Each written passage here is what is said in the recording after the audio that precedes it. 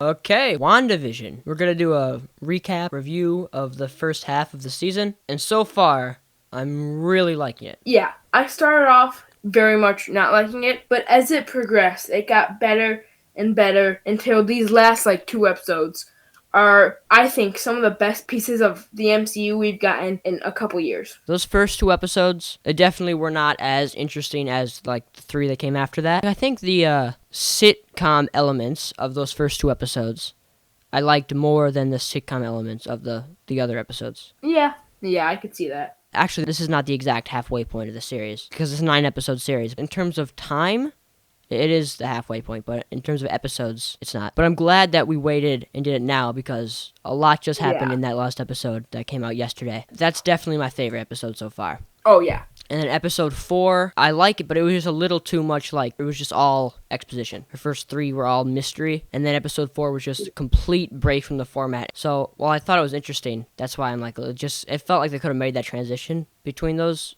a little smoother. But that probably would still come in second place, and then episode 3, and then the other 2. And I probably put episode 1 just above episode 2, I think. Yeah, that's my ranking. It's doing a really good job of keeping me intrigued while also giving me enough answers that I'm still satisfied with what I'm getting, and I'm not getting frustrated with the answers that we're not getting. So it's the perfect balance so far. Okay, so let's kind of go over what we know so far. We know that Wanda is in some way behind this. And I think some people are saying that Wanda's the villain. That's what the show's going with right now, that Wanda's created the whole hex and is the bad guy. But I think someone else is working with Wanda. Yeah, there's definitely another element to whatever's going on here. Yeah, we're definitely missing something. It's hinted at, especially in this last episode, that Wanda is in control. We know she's in control to some extent, but not completely. There's something else going on. We know this town of Westview is definitely a real place. When I first watched the first 2 episodes, I thought maybe it was just in Wanda's head. It's definitely a real place. We know the people in there are definitely real people. Except it's weird because, in episode 5, the latest one, we've seen one of the characters, kind of got snapped out of what was going on. But we've also seen some of them kind of it looks like glitch out, like we saw in episode 3, that guy cutting through a cement fence or whatever. Some of them are aware of whatever's going on. Because we saw Agnes had that weird moment. She asked Wanda if she wanted her to restart the scene. There's something different with Agnes. Yeah, we can come back to her too. But we also saw the Norm guy, the guy that kind of snapped out of the trance by Vision.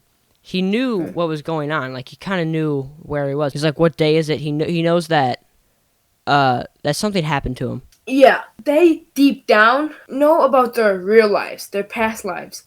But then there's a spell over them. There are a couple things about episode 5. I mean, we've already talked about it more than I thought we would at this point, that I want to come back to. A couple big things that happened there. We now know that things go into the hex, or the Westview anomaly. She's not creating things. She's just altering them to fit her reality that she's in. Some things that I'm still a little confused about. The kids, Tommy and Billy, right? Mm-hmm. Do you know what, because they're in the comics too. Yeah, Wiccan and Speed.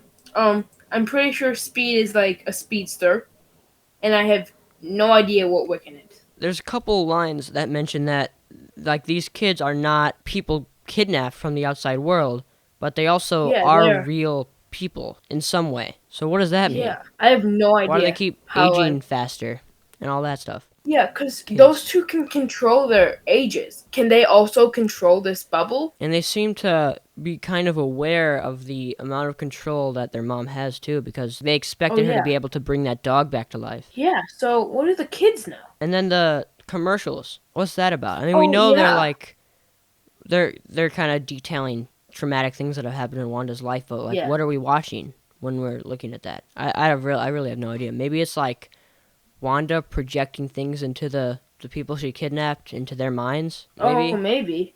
Oh, but, yeah. I don't know. It's coming out on the broadcast that Sword is watching. This kind of confuses me. We learned that Wanda, they say 9 days ago, broke into this facility and stole Vision's dead body and resurrected him. They didn't expect Wanda to be the one causing this at all when they first came across this. But, you'd think they would be suspicious of her if she just broke into a high-security facility and stole the body of Vision. Yeah. Like they didn't even know that happened until right then. Because wouldn't they immediately like thought of the fact that she just broke into that place? Yeah, that is true. And then Wanda ends up leaving Westview and confronting Sword, and like she just steps out and steps back in easily. I don't know what to make of that. Vision has now realized what's going on. Well, he doesn't really know what's going on, but he knows something's going on. How long can Wanda be willing to keep this up if Vision doesn't want her to be doing this? Yeah. Like if Vision's there saying no, we're not doing this anymore, then how is Wanda going to be able to continue? Because this is why Wanda's doing it, to have her life with Vision. But if Vision doesn't want this life, then where do you go from there? So let's get to the end of episode 5.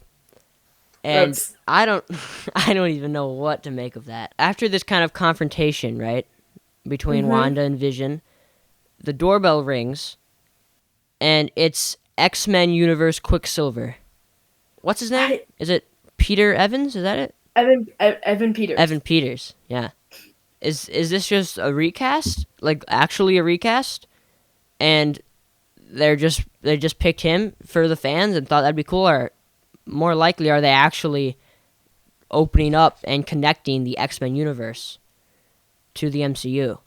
Because that would be crazy. My theory is that this is someone, because Wanda didn't control him entering. And, like, Storr didn't see him go in, and Wanda didn't know he was there. So my theory is that it's Mephisto, the Satan of the MCU. Satan of Marvel. My theory is that Mephisto said to Wanda, if you can bring me Vision's body, I can resurrect him, and you can make your own universe with you, and you can live your life happily. Yeah, I think there's something to that. When Wanda was about to break, and when she was about to let everyone go, Evan Peters just shows up because Mephisto doesn't want this universe to break. It was such a cool moment. It was so cool. Oh yeah, that was like Master Reveal in Spyfall Part 1. That's what it felt like. I think there's some multiverse in play here. Maybe this Westview anomaly is some sort of pocket of a multiverse, like leaking out. There's something to do with that. We know Doctor Strange 2 is titled The Multiverse of Madness, and I think they're going to tie together the X-Men universe now that they own it as like a cousin universe to the MCU, and also whatever Sony's doing. Because we've seen, what was that? That was Morbius. That's what we saw in the trailer for Morbius. Michael Keaton? Yeah, we saw Michael Keaton's Vulture at the end.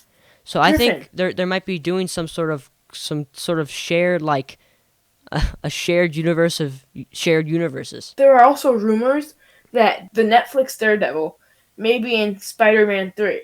Oh my god, I totally forgot about Spider-Man 3. That's a whole nother... What if by the end of 2021, going into 2022, the MCU involves the MFSNCU, the Marvel, Fox, Sony Netflix Cinematic Universe. That would be a lot to say every time. Yeah. We're going to need a new acronym. I think it will still be the MCU, this X-Men universe, and this Sony universe, but they'll just all be connected in some way. They'll all be like cousins. But if they do that, I mean, does that mean we could have the original cast of the X-Men from the X-Men universe now in the MCU? If I go through some other theories I have for where this is going to end up, I think Agnes definitely there's something with her. She's certainly different than the other things, because we saw they all got identified as, who they were in the real world, but Agnes did not. And she's acted weird a couple times and said a couple things that seem to indicate that there's something more to her. I think Agnes is based off the comic character Agatha Harkness, who works Captain with... Jack? What? Harkness. It is Captain... Maybe this is tying into Doctor Who. Oh, maybe it's the MSFNDW universe. That'd be great. So, yeah, I think Agnes is Agatha Harkness, who in the comics appeared to be a friend of Wanda, but was actually secretly working with Mephisto the whole time. Perfect. Oh, that seems very likely then. What's the name of the comic this is based off of?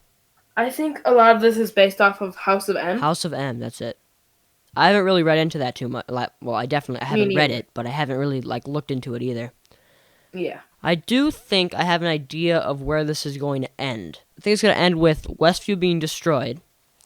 Or ended, or whatever. Oh, wow. Vision being re-deadified, And then her kids will also be gone in some way. They either were never real or something. Her whole world will be taken away. Then Wanda will just be like overcome with grief, and she'll escape. She'll get away. Sword will try to capture her, but she'll get away. Obviously, they'll have no shot. And then she'll just be, extremely angry at the Sword, because I think Sword will be responsible for taking down this Westview anomaly.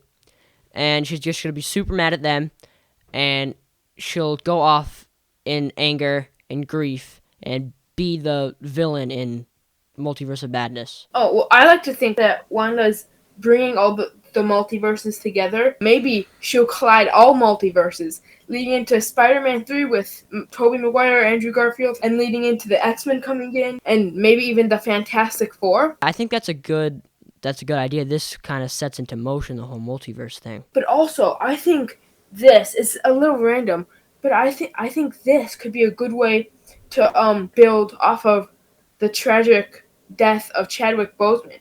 Because maybe T'Challa, like we see all these Spider-Mans coming into this universe, but what if T'Challa went away into another universe? You're going all over the place with this. I am. I mean, these are good ideas. Maybe T'Challa will be talking to Shuri, and T'Challa will tell Shuri that he's staying in the different multiverse. Right? Maybe then he passes it on to Shuri then. Yeah. Or she becomes Black Panther. Well, alright, there's a lot of theories we could come up with for this, but we're very intrigued. I think that's fair to say. It just keeps getting better with every episode. The latest one was just like the perfect balance of the sitcom elements and the mystery, and we will do another video once the season or series concludes. We'll see how much we got right. Probably not much. I think that's it then, and we'll see you next time.